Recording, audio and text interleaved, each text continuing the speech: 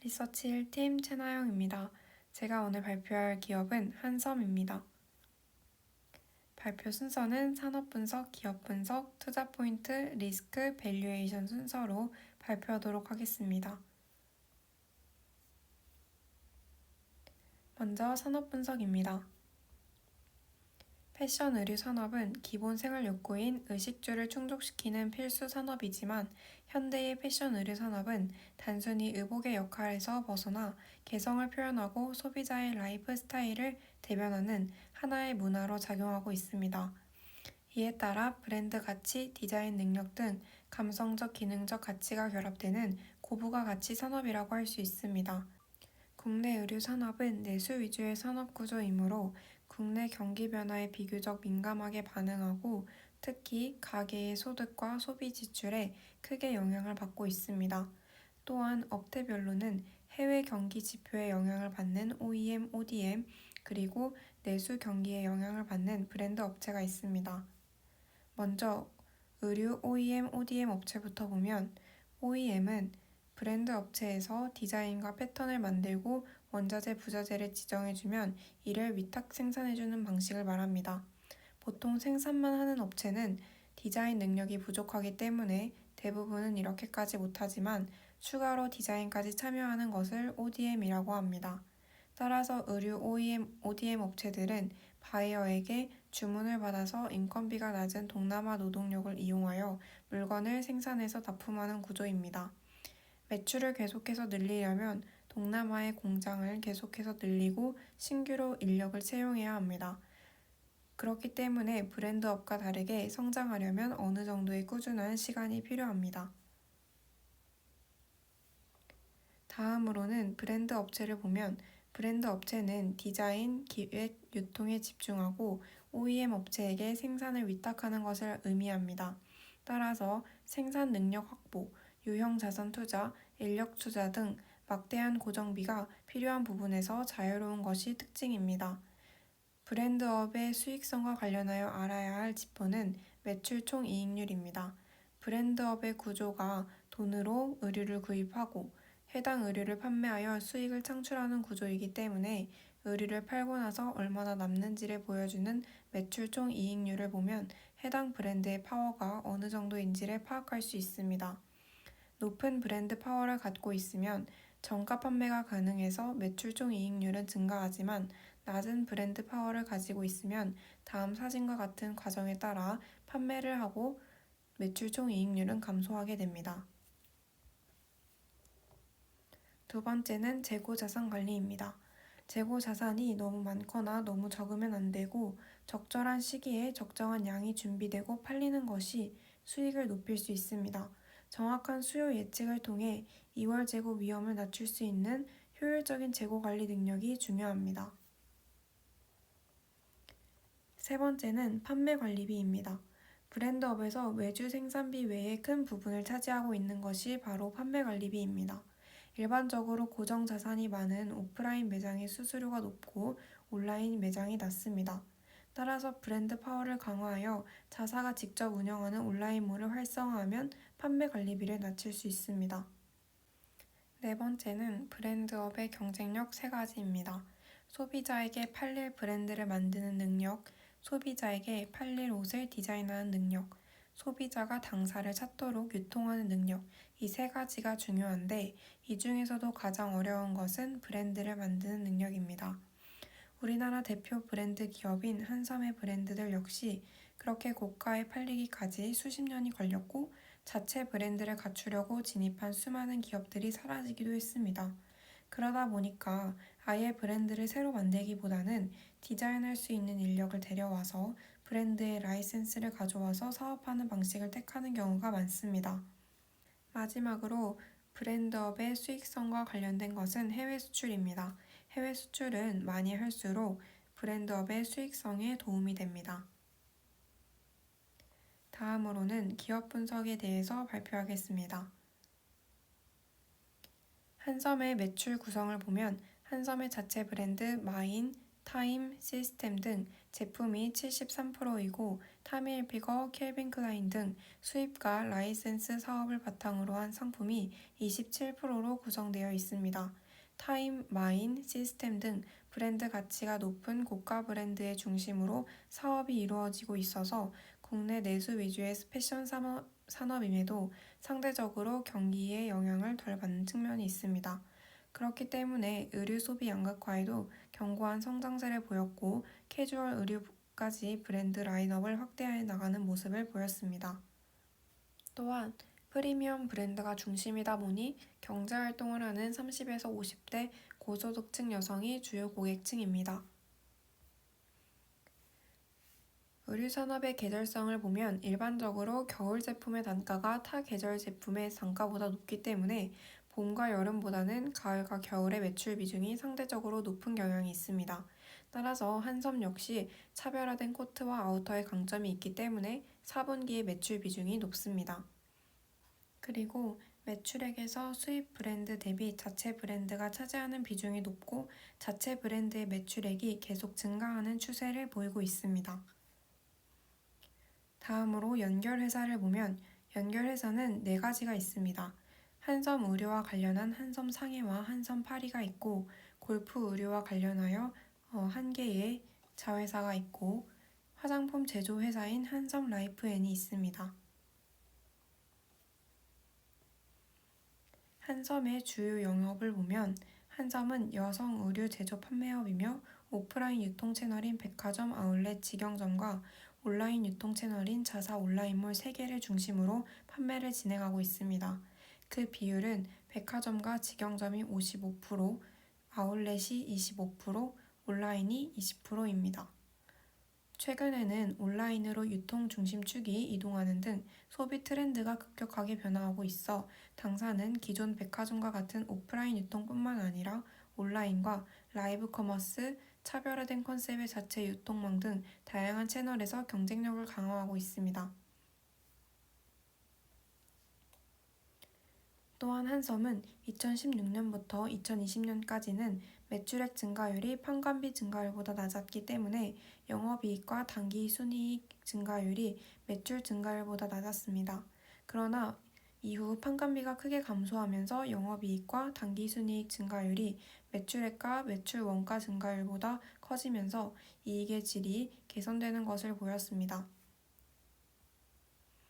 이 이유는 한섬이 온라인 유통 확대에 집중하면서 마진율이 높은 온라인 매출의 비중이 상승하였기 때문입니다.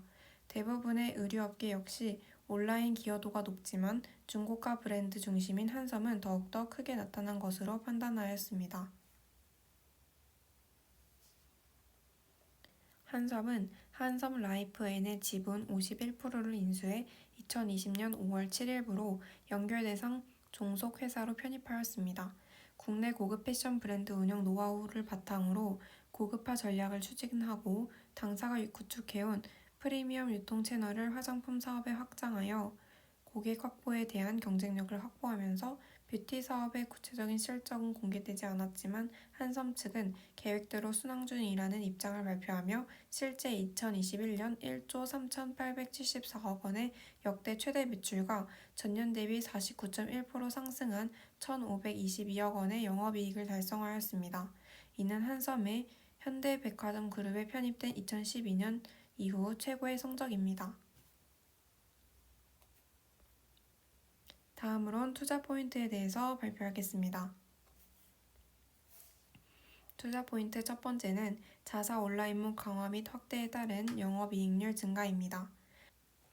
더 한섬닷컴, H패션몰과 같은 자사몰은 기존 브랜드에 대한 30에서 50대 충성 고객이 많은 것이 특징이며 한섬은 VVIP 차별화 전략 등으로 온라인에서의 유통 및 영업을 강화하고 있으며 이에 따라 영업이익률이 증가할 것으로 예상됩니다.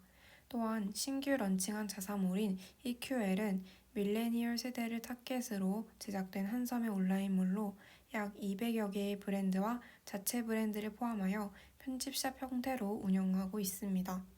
따라서 이러한 자체 브랜드의 중심의 의류와 자체 온라인몰 중심의 유통, 영업으로 인해서 앞으로의 한섬의 매출액의 온라인이 차지하는 비중이 확대될 것이며 이에 따라 영업이익률도 증가할 것으로 예상합니다.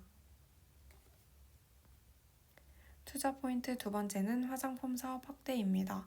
한섬이 지난해 8월 창사 이후 처음으로 럭셔리 화장품 브랜드인 오에라를 선보이는 데 이어 향수 사업에 진출하였습니다.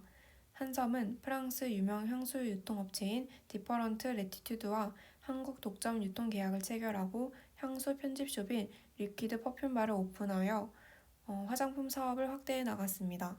이번에 한섬이 국내 독점 유통 계약을 맺은 리퀴드 퍼퓸바는 지난 2013년 프랑스 파리 마레지구에 론칭된 향수 편집숍으로 소량으로 생산되는 니치 향수를 전문적으로 취급하는 브랜드입니다. 리퀴드 퍼퓸바는 프랑스 파리의 백화점에 입점하는 등 세계 최고 수준의 니치 향수 편집숍이라는 평가를 받고 있습니다. 의류와 화장품은 높은 연관성을 가지고 있기 때문에 한섬 역시 당사의 주력인 고급 의류 브랜드의 이미지를 화장품 사업에도 연결해 나가고 의류 부분에서 확보한 VIP 고객을 바탕으로 럭셔리 뷰티 시장에 빠르게 안착할 수 있는 경쟁력을 가지고 있습니다.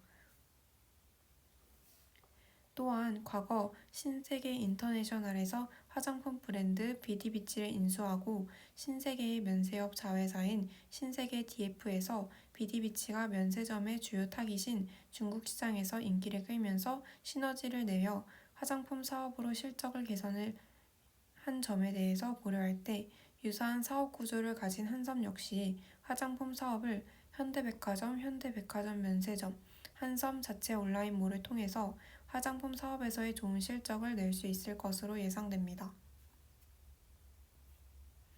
투자 포인트 세 번째는 자체 브랜드 중심의 안정적인 매출액입니다. 한섬의 매출액을 보면 매출액에서 차지하는 자체 브랜드의 비중이 매우 높습니다. 또한 한섬에서 다루고 있는 브랜드가 고가 중심의 브랜드이기 때문에 국내 내수 산업임에도 불구하고 경기 민감도가 상대적으로 낮아 안정적인 매출액을 보여주고 있습니다. 또한 코로나19 영향을 받은 타 브랜드와 비교할 때 중고급 브랜드 중심의 기업인 한섬의 매출액은 계속 증가하는 모습을 보여주었습니다. 다음으로 리스크에 대해서 발표하겠습니다. 리스크는 한섬 해외 법인이 수익이 미비하다는 것입니다.